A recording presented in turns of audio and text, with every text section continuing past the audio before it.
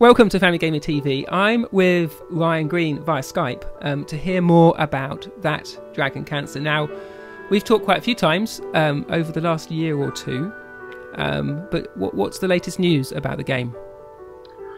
Well, this week on Wednesday the 12th, we are announcing a Kickstarter, and we are raising funds to finish the game, which obviously means that our original plan on releasing in 2014 is going to be delayed to 2015.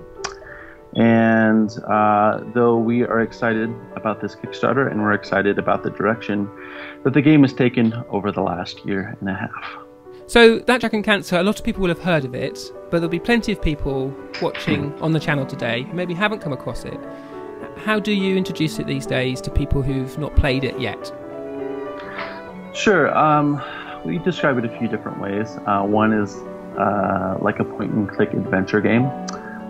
If you've ever played Myst, Myst is kind of a similar analog to what we do. It's a 3D environment in which you kind of explore it and you kind of unlock the story as you explore the space. For us, it's a bit more of a kind of an immersive and a emotional environment. The story is about Joel, our third son, who was diagnosed with cancer when he was 1 year old. And at 2 years old, we were told that he was terminal and that he would die within months. And it ended up that he lived for 3 more years. And so this game is an expression of our family's journey in the midst of that battle. Is this audio and visual landscape that kind of explores our memories, and in some cases we have audio from our home videos. Joel's almost 5, right? Yeah. But he can't talk. It's true. Yeah. You can talk. Yeah, no. Why can't Joel? As well as dialogue and poetry and music and interactions like playing with Joel and being with Joel. And Joel is who the story is about. It's an expression that you're sharing publicly by letting other people play the game. And I mean, it seems that it's had a really strong response, both in the gaming community and wider. How has that been, and has that led to changing how you're developing the game? I think one of the biggest things that we realized as we were showing this to others is just we were surprised and thankful with how deeply people connected with what we were doing emotionally. And yet the first demo scene that we had shown was a much more like emotionally raw and visceral experience, and so people were having very strong emotional reactions to it. And it was always our desire that this not be a game characterized by how sad it is or how it makes you cry, but because it is sad, but we wanted to express some of the joyful moments and the sweet moments, you know, like the bitter with the sweet. And so a lot of the scenes that we've been working on recently have been focused more on what Joel was like and who he was, and kind of capturing his mannerisms and his behavior and his laughter and the ways that he played. I think the way in which it's changed the way that we are building this game is that I'm realizing, you know, this is not just our story. It is our story, and this is about Joel, but Joel is one of many children, you know, that battle this every day. You know, even though we've been given a platform to work on this game and to share our story, you know, we can make room for other people in that space. And so the Kickstarter allows us to engage the community with what we're doing and invite them to share pieces of their story for us to incorporate into the game. We want to invite backers to kind of share their story in the form of like personal art that then we can put inside the game In, like, for instance, we have a hospital scene in which you're exploring the hospital and you're seeing this artwork on the hallways of the hospital, and I want that artwork to represent like real stories. And so this is one way that we can gather those stories together. It sounds like that takes the game beyond just a cancer story to sort of a broader times of difficulty and loss. Yeah, I think it can take the story beyond cancer. I mean, I think, you know, what we experience in these questions of life and death are personal, but they're also universal. And I think that everybody can relate to that struggle in their own life. And so while this is a game about my son who had cancer, I think it's a story that all of us can relate to and connect to. And really, you know, when we come face to face with those things that we fear, especially death, it changes us. Oh, wow. This is that conversation. Can't imagine we're having that conversation. Has had a recurrence of his tumor. Where is it? How big is it? Well, it's in the frontal cortex. And it's quite small at this point, but unfortunately the size isn't terribly important. Any recurrence means the chemotherapy has failed. This is a tragedy. So, I mean, hearing you talking there about facing death brings me to quite a difficult question around, like, last time we spoke, Joel was still alive and that you were at a different stage in your story. How's that affected the game and your sort of thoughts of how, you know, what you want to do with it? I've kind of said before, there's a certain bravado when you launch a project like this, and you know, Joel was still alive and we were still fighting, and it seemed as though we would see, you know, the miracle that we were hoping for. And so there's a confidence, you know, you're like, well, you know, we're doing this and Joel is still alive and we're still fighting and this is going to be beautiful. And I think the challenge is finding the beauty when the story doesn't pan out the way that you were hoping to write it. And so I think some of the things that have changed is that whereas before we were concerned about telling the details of everything that he had faced and everything that he had overcome and how he was still alive and how we were still going, it's become much more important just to show what Joel was like. One of my favorite things about Joel was the way that he just kind of melted into me, you know. He spent a lot of time on my lap, and we would cuddle and we would tickle him and we would play, and there was just a certain comfort there.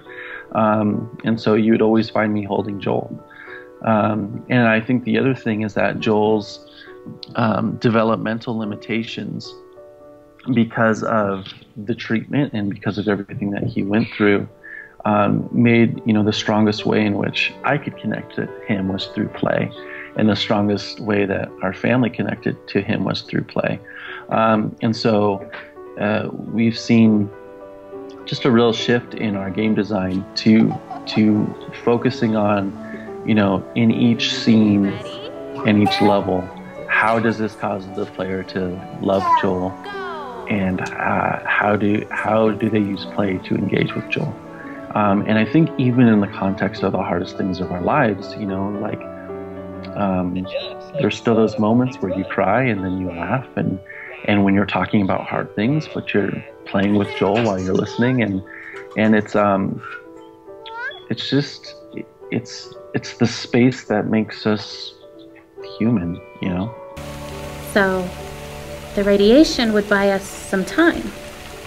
No, nothing will really buy us any time at this point. It just can make the time you have left more comfortable. Now, I know part of that Dragon Cancer is you're including some of your sort of story of faith and your Christian faith. Mm-hmm. And you've talked about how your faith has impacted the game. And I was interested to hear how making this game and this experience has maybe impacted or affected your faith. The story of our faith is not one that's done being written yet. I certainly think that this experience has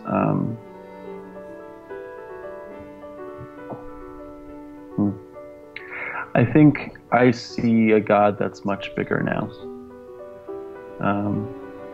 I think in the Christian faith, particularly in the evangelical strain that I'm part of and grew up in, is that we tend to like tidy theology.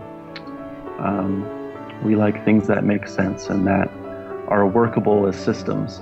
Just like, in video games, a lot of times we like systems that always work. And if we depend on that mechanic or that system, then it feels good. I think with me, there's certainly, through this experience, God has become bigger and more mysterious to me.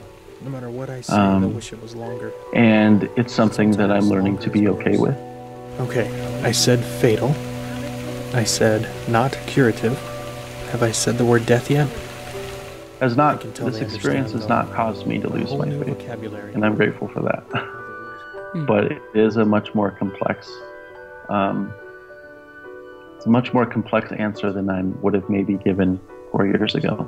We could have a whole conversation just about that, but I'll keep it on. Yeah. I think I do want people to know that our faith is going to be part of this game, and we talk about God and we talk about Jesus, and we mention it within the context of what we're going through. And I think that's different than what most people are used to or maybe comfortable with art that's made by Christians. And I say art not in quality, but just in intention. I guess I should say that my intention is to express our story and our experience in as beautiful way as we're capable of doing. And so I think that changes my intention for the work. Without a word. I want to invite you and the players into how we think about things and how we experience things. I'm not coming from a place of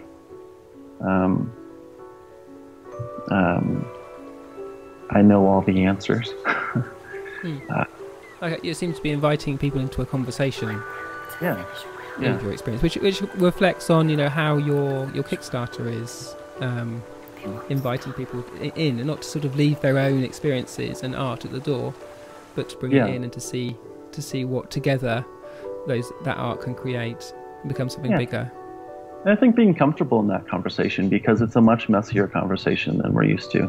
So obviously it's a very wide-ranging experience, but is there something that people who play That Dragon Cancer, do you have a hope for them in terms of what they take away from the game, what that experience gives them?